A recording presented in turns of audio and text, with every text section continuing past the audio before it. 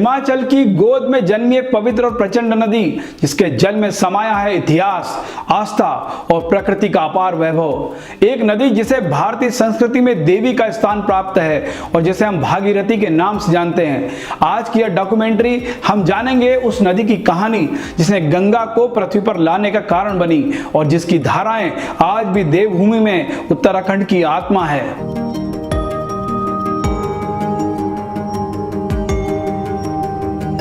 भागीरथी नदी उत्तराखंड राज्य की एक पवित्र और उग्र हिमालय नदी है। यह गंगा नदी की दो मुख्य सहायक नदियों की धारा में से एक है। दूसरी है अलकनंदा।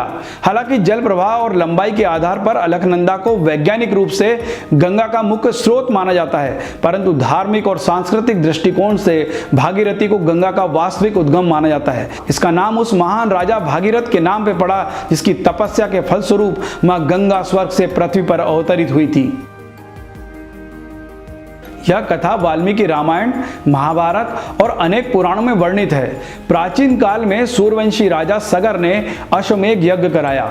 इस यज्ञ में उनका घोड़ा देवताओं के राजा इंद्र ने चुरा लिया और उसे कपिल मुनि के आश्रम में बांध दिया।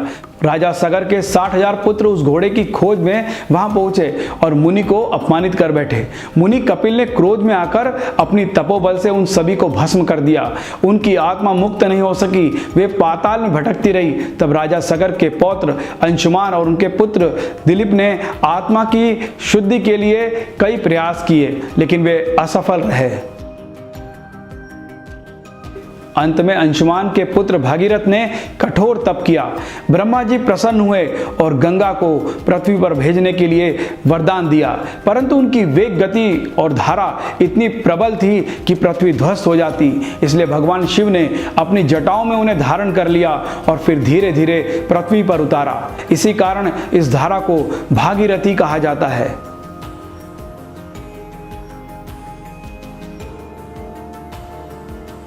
भागीरथी नदी का उद्गम स्थल है गोमुख, जो गंगोत्री हिमनद ग्लेशियर के पास से स्थित है। यह स्थान समुद्र तल से लगभग 3,892 मीटर की ऊंचाई पर है। गोमुख से निकलने के बाद भागीरथी नदी के स्थान से कई स्थानों से गुजरती है। देवप्रयाग यह पवित्र स्थल है जहां भागीरथी और अलकनंदा मिलती है। इसके बाद यह गंगा कहलाती है।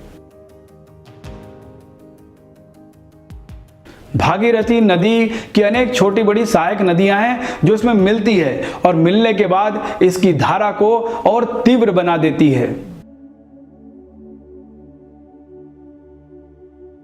टिहरी बांध, जो भागीरथी और भिलंगना के संगम पर बना है, भारत का सबसे ऊंचा बांध है। यह बांध जल विद्युत उत्पादन, सिंचाई और पेयजल आपूर्ति के योगदान देता है।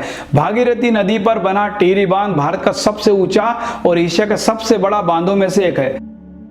यह बांध न केवल तकनीकी दृष्टि से एक अजूबा है, बल्कि सामाजिक पर्यावरण दृष्टि से भी विवादों का केंद्र रहा है। उत्तर प्रदेश, उत्तराखंड और दिल्ली की बिजली और पानी की उपलब्धता यह पूरी करता है। लगभग 2.7 लाख हेक्टेयर क्षेत्र में सिंचाई की सुविधा को भी यह जल प्रदान करता है।